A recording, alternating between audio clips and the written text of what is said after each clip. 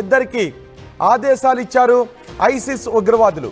ఎక్కడ పేలుడు పదార్థాలు కొనాలి, వాటిని ఎలా ఎక్కడికి చేరవేయాలి, ఆ తర్వాత వాటితో ఏం చేయాలి, ఎక్కడ పేలుళ్లకు ప్లాన్లు చేయాలి, ఇవన్నీ కూడా వీళ్ళతో మాట్లాడుతున్నారు. అంటే పెహల్గాం దాడి తర్వాత మన ఆపరేషన్ సింధూర్ని చేపట్టిన తర్వాత స్లీపర్ సెల్స్ని యాక్టివేట్ చేస్తారు అని మనం అనుమానిస్తూ వస్తున్నాం. అందులో భాగంగానే ఇప్పుడు చోటు చేసుకుంటున్న అరెస్టులు, ఈ ఉగ్రవాదుల కదలికలు, ఇవన్నీ వాటికి అనుమానాలను బలం చేకూరుస్తున్నాయి. ఇంతకుముందు ఆర్టీవీ స్క్రీన్ పైన మీకు చూపించే ఇదిగో ఈ ఫోటోను చూడండి.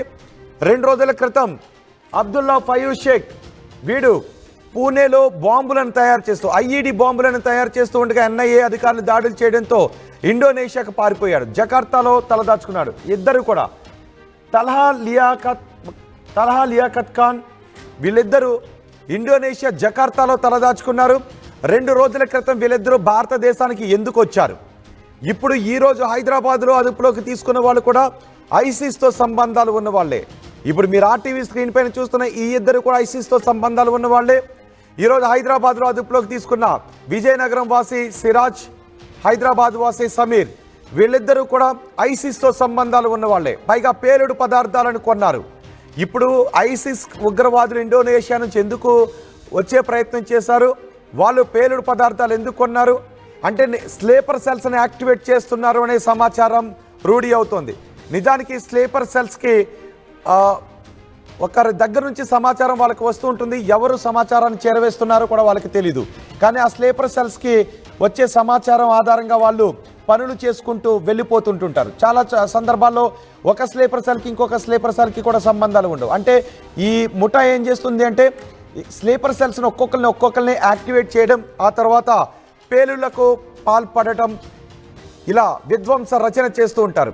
ఒకరు పేలుడు పదార్థాలను కొని ఇంకొకరికి అప్పగిస్తారు. వాళ్ళు ఆ పేలుడు పదార్థాలతో బాంబులను తయారు చేస్తారు. దాన్ని తీసుకెళ్ళి ఇంకొకరికి ఇస్తారు. ఆ తర్వాత వాటిని ఇంకొకరు టార్గెటెడ్ ప్లేసెస్లో పెడుతూ ఉంటారు. ఇలా పేలుళ్లకు పాల్పడుతూ ఉంటారు.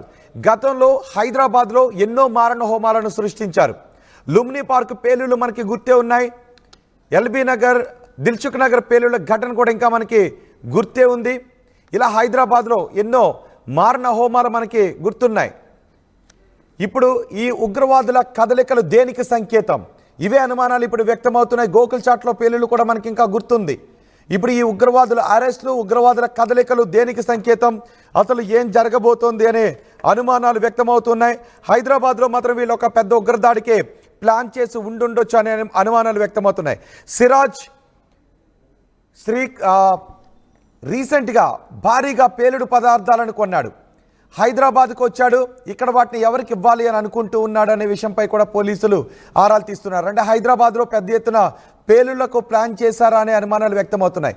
ఇద్దరు ఉగ్రవాదులతో సంబంధాలు ఉన్న వ్యక్తులను తెలంగాణ కౌంటర్ ఇంటెలిజెన్స్ అధికారులు పట్టుకున్నారు. విజయనగరానికి చెందిన సిరాజ్, హైదరాబాద్కు చెందిన సమీర్, వీళ్ళిద్దరిని అరెస్ట్ చేసి సమాచారాన్ని రాబడుతున్నారు. వీళ్ళిద్దరికీ ఎక్కడి నుంచి సమాచారం అందుతుంది? వీళ్ళు కొన్న పేలుడు పదార్థాలు, విజయనగరానికి చెందిన సిరాజ్ పేలుడు పదార్థాలను కొన్నాడు. ఆ పేలుడు పదార్థాలను ఎవరికి ఇవ్వాలి అనే ఆదేశాలు వచ్చాయి. వాళ్ళు ఏం చేయబోతున్నారు, వాళ్ళ మోటివ్ ఏంటి, ఎక్కడ పేలుళ్లకు స్కెచ్ వేశారు, ఇవన్నీ కూడా పోలీసులు ఆరా తీసే అవకాశం కనిపిస్తుంది. మొత్తానికి పాకిస్తాన్ భారతదేశంలో అనుమానిస్తూ ఉన్నట్టుగానే ఏదో చేయబోతోంది అనే సంకేతాలు ఇప్పటికీ వినిపిస్తున్నాయి. వరుసగా జరుగుతున్నటువంటి అరెస్టులు, దేశద్రోహానికి పాల్పడుతున్న జ్యోతి మల్హోత్రా అరెస్టు, యూట్యూబర్, ఆ యూట్యూబర్తో పాటు మరికొంతమందిని కూడా అరెస్ట్ చేశారు. అలాగే ఇండోనేషియా నుంచి భారతదేశానికి వచ్చి ముంబై ఎయిర్పోర్ట్లో పట్టుబడ్డ ఈ ఐఎస్ఐఎస్ ఉగ్రవాదులు, ఇప్పుడు హైదరాబాద్లో పట్టుబడ్డ సమీర్, విజయవాడకు చెందిన సిరాజ్, అంతేకాదు సంగారెడ్డిలో పట్టుబడ్డ ఇస్లాం. ఈ అరెస్టులన్నీ దేనికి సంకేతం? వీళ్ళు అరెస్ట్ అవుతున్నారు. ఇలా అరెస్టులు కాకుండా ఇంకా తప్పించుకుని తిరుగుతున్న వాళ్ళు ఎంతమంది ఉన్నారు అనే అనుమానాలు, భయాందోళన కలిగిస్తున్నాయి. మా ప్రతినిధి పెట్రిషా ఉన్నారు పూర్తి సమాచారం అందించడానికి.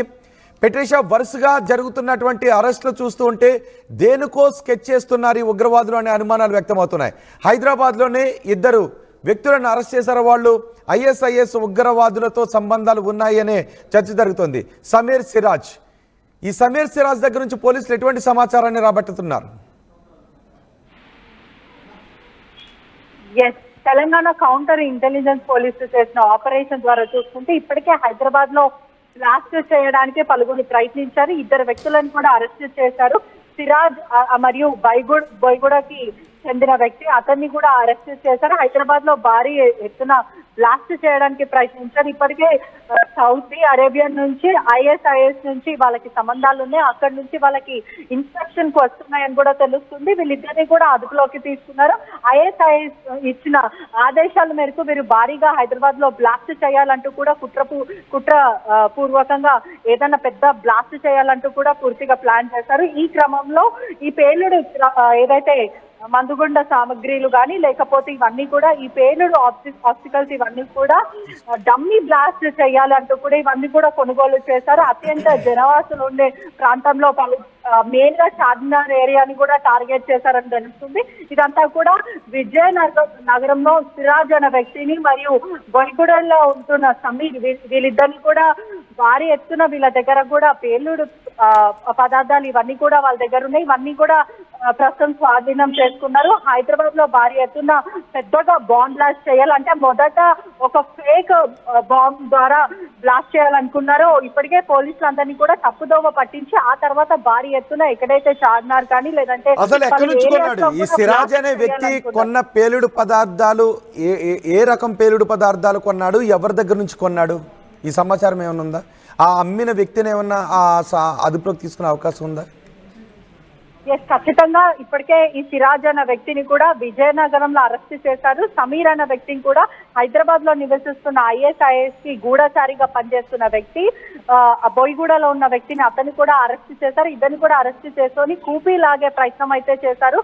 ఎక్కడి నుంచి మీరు కొనుగోలు చేశారు? ఇప్పటికే విజయనగరంలో కొనుగోలు చేశారు కాబట్టి ఆ వ్యక్తి ఎవరు, అతన్ని కూడా పోలీసులు అదుపులోకి తీసుకున్నారు. ఇప్పటికే కౌంటర్ ఇంటెలిజెన్స్ వారు ఈ కూపీ లాగే ప్రయత్నం అయితే చేస్తున్నారు. మొత్తం మీద చూసుకుంటే కూడా దేశ లాగా అంటే మన మధ్యనే తిరుగుతూ స్లీపర్ సెల్స్ ని కూడా యాక్టివేట్, అంటే హైదరాబాద్ లో ప్రస్తుతం స్లీపర్ సెల్స్ అందరు కూడా యాక్టివేట్ అయ్యారని కూడా తెలుస్తుంది. మొత్తం మీద కూడా మన చుట్టుపక్కల ఉంటూ మనతో పాటు పనిచేస్తున్న వాళ్ళు కానీ లేకపోతే మనతో పాటు చదువుకున్న వాళ్ళు కానీ వీళ్ళే స్లీపర్ సెల్స్ గా మారి ఒకవైపు గూఢచారి లాగా వీళ్ళు ప్రధానంగా అక్కడికి చేరదీస్తున్నారని కూడా తెలుస్తుంది. మొత్తం మీద కూడా మొదట వెరీ క్లియర్ గా సంచలనమైన ఆపరేషన్ చేశారని కూడా తెలంగాణ పోలీసులకి ఇప్పటికే అభినందిస్తున్నారు. అదే కాకుండా చార్మినార్ పరిసర ప్రాంతంలో వీళ్ళు బ్లాస్ట్ చేయాలనుకుంటున్నారు. మొదట ఎక్కడైనా క్రౌడెడ్ ఏరియా అంటే సుమారుగా 500 to 1000 మెంబర్స్ ఉన్న క్రౌడెడ్ ఏరియాలో ఫేక్ బాంబ్ అంటే జస్ట్ ఒక బ్లాస్ట్ లాగా పొగొచ్చేలాగా బ్లాస్ట్ చేసి ఆ తర్వాత పోలీసులు అంటే హైదరాబాద్ అంతా కూడా అలర్ట్ చేసిన తర్వాత పలువురు పోలీసులు అక్కడ ఇక్కడ చెల్లాచెదరం అవుతుంటారు కాబట్టి డివైడ్ అవుతారు కాబట్టి వాళ్ళు ఒక స్పాట్ అనుకొని అక్కడ పూర్తిగా బాంబ్ బ్లాస్ట్ చేయాలనుకున్నారు. సిరాజ్ మరియు సమీర్ వీళ్ళందరినీ కూడా కూపీలాగే ప్రయత్నం చేస్తున్నారు. ఇప్పటికే ఎక్కడెక్కడ ఎవరితో మాట్లాడారు, ISI కి సంబంధించిన ఎవరితో